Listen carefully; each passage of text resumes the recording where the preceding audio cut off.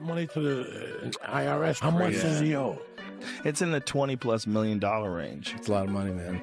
But it's not something that he's been, it's not like deception. No. It's just neglect to pay. Neglect. And it's also like, I think, and there is like a truth to this. He makes so much money. There's probably a point when they're like, hey, it's time to pay your taxes. Federal agents have uncovered shocking details inside Floyd Mayweather's home, sparking major drama across the boxing world. Mayweather, long celebrated for his unmatched career and lavish lifestyle, now finds himself at the center of serious legal and financial controversies. These revelations are shaking both the sports community and the legal system, raising questions about the future of his legacy.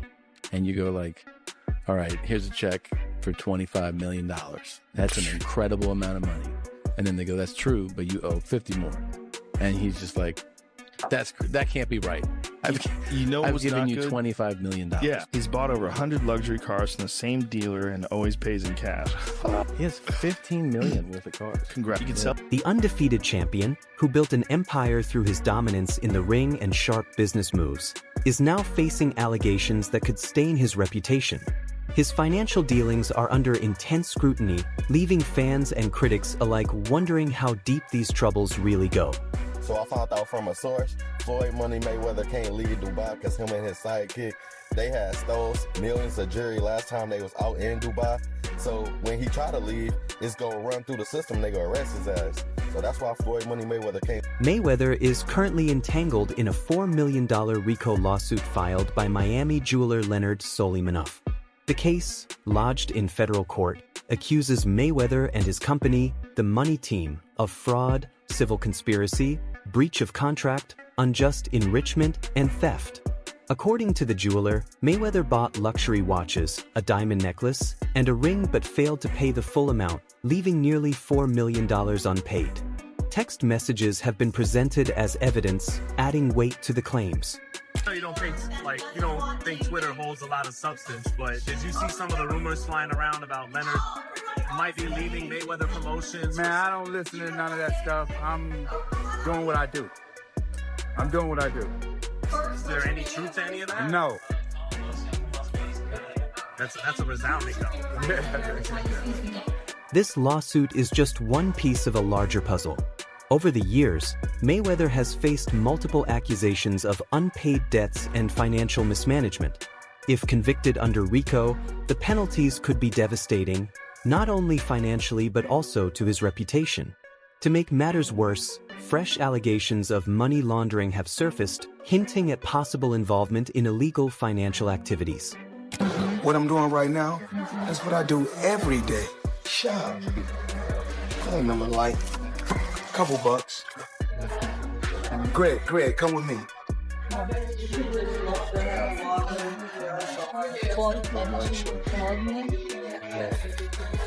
I didn't get these. Yeah. I did? Yes, sir. Yeah. Okay, folks, we make the best of it. Adding to the chaos, reports suggest Mayweather was caught in a financial dispute in Dubai. Sources claim he was temporarily unable to leave the country due to an unpaid debt to a local businessman. Though the issue was eventually resolved, the incident raised serious doubts about his financial stability and his ability to sustain his extravagant lifestyle. There's reports online that Floyd's a billionaire. You think it's bullshit? I know it is. They're claiming he was doing $100 million a fight, and I'm claiming he in his whole career has made about 100. All of these controversies have cast a dark shadow over Mayweather's career. His influence in boxing has been monumental, with the Money Team shaping the sport in countless ways.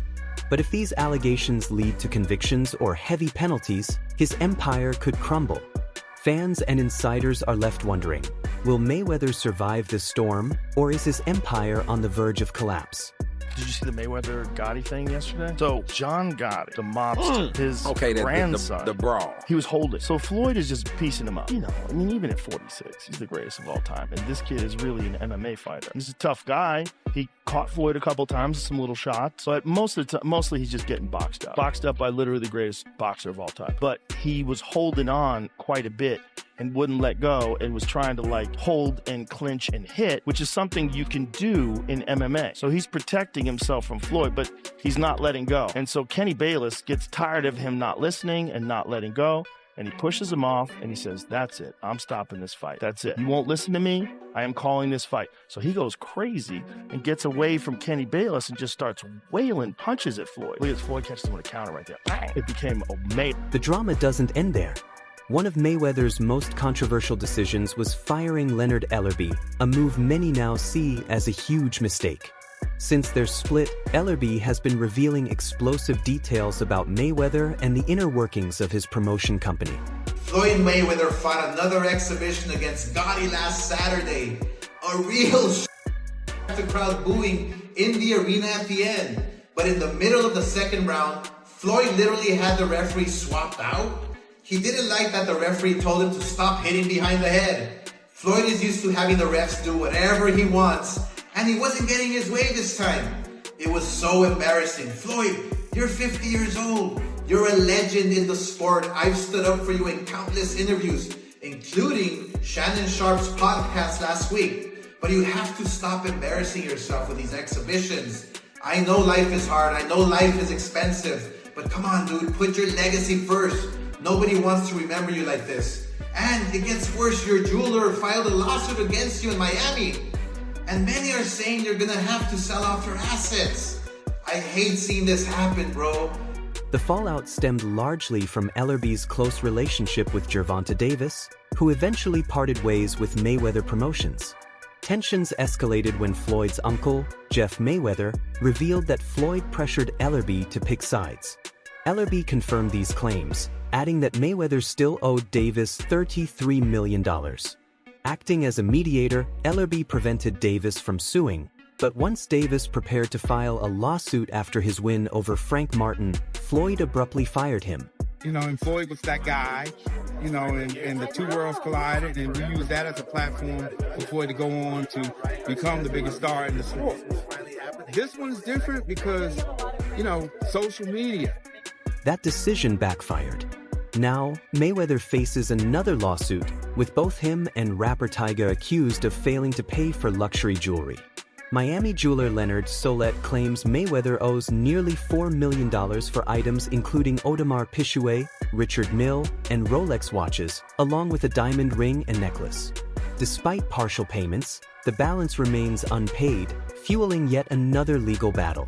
I see a lot of people always bring up the fighter pay with the UFC, but isn't Logan complaining right now that he didn't get his checks from Floyd? Is that like a boxing issue versus you don't ever hear that coming out. To this day? You hear a guy going, I want to make $30 million, I didn't get paid enough. You don't ever hear guys going, yeah, they didn't pay me yet, ever. Is that like a boxing issue? Well, here's what happens. When you go in and you do these fights, and you make them, and Hunter, correct me if I'm wrong, you do these fights that are exhibitions or whatever, the commission isn't overseeing it. So let's say I did a fight with Mike, I got Mike fighting, Francis or something, the athletic commission gets the money up front. So they pay the fighters. They don't have to wait for, that was the big problem in the past, is that these boxing promoters would come in and they wouldn't make as much money as they thought they were going to do, so they would stiff the fighters and not pay the guys. And that's why these regulations are in place in these different states. And that's why, I don't want to on any of the other states, but you want to fight in like Nevada or California, these guys that have the best ever, yeah. The best ever. If you enjoyed this breakdown, make sure to check out our other videos on the screen. We've got plenty more stories that dive deep into the world of boxing and beyond.